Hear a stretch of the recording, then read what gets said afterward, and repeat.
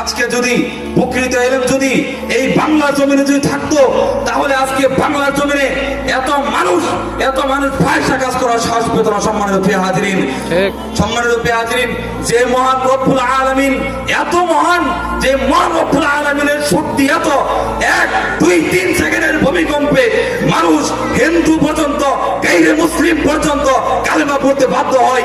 সেই মহান রব্বুল আলামিনকে গালি দিতে দ্বিধাবোধ করে নাই বাঙালিরা। সম্মানিত প্রিয় হাজির ভাইরা আমার, কিছুদিন পূর্বে শুনলাম যে এক বাউল শিল্পী নাকি ওর রোজগার, ওর ব্রেন, ওর সকল কিছু বিক্রি গিয়েছে। সে কিনা আমার মহান রব্বুল আলামিনকে নিয়ে গালিগালাজ করেছে।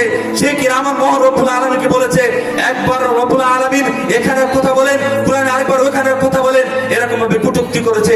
এই বাংলার জমিনে যদি কোন সেকুলারিজম, যদি কোন সরকার, কোন মন্ত্রী, যদি কোন সরকার, কোন মন্ত্রীকে যদি কোনো কিছু করা হয়, বাংলার জমিনে এলাকায় বিভিন্ন আন্দোলন শুরু করে দেওয়া হচ্ছে।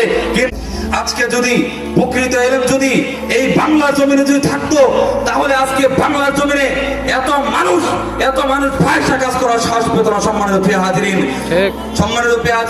যে মহান রব্বুল আলামিন এত মহান, যে মহান রব্বুল আলামিনের শক্তি এত, 1, 2, 3 সেকেন্ডের ভূমিকম্পে মানুষ, হিন্দু পর্যন্ত, গায়রে মুসলিম পর্যন্ত কালেমা পড়তে বাধ্য হয়। সেই মহান রব্বুল আলামিনকে গালি দিতে দ্বিধাবোধ করে নাই বাঙালিরা। সম্মানিত প্রিয় হাজির ভাইরা আমার, কিছুদিন পূর্বে শুনলাম যে এক বাউল শিল্পী নাকি ওর রোজগার, ওর ব্রেন, ওর সকল কিছু বিক্রি গিয়েছে। সে কিনা আমার মহান রব্বুল আলামিনকে নিয়ে গালিগালাজ করেছে। সে কিনা আমার মহান রব্বুল আলামিনকে বলেছে, একবার রব্বুল আলামিন এখানে কথা বলেন, কোরআনে আরেকবার ওখানে কথা বলেন, এরকম ভাবে কটূক্তি করেছে।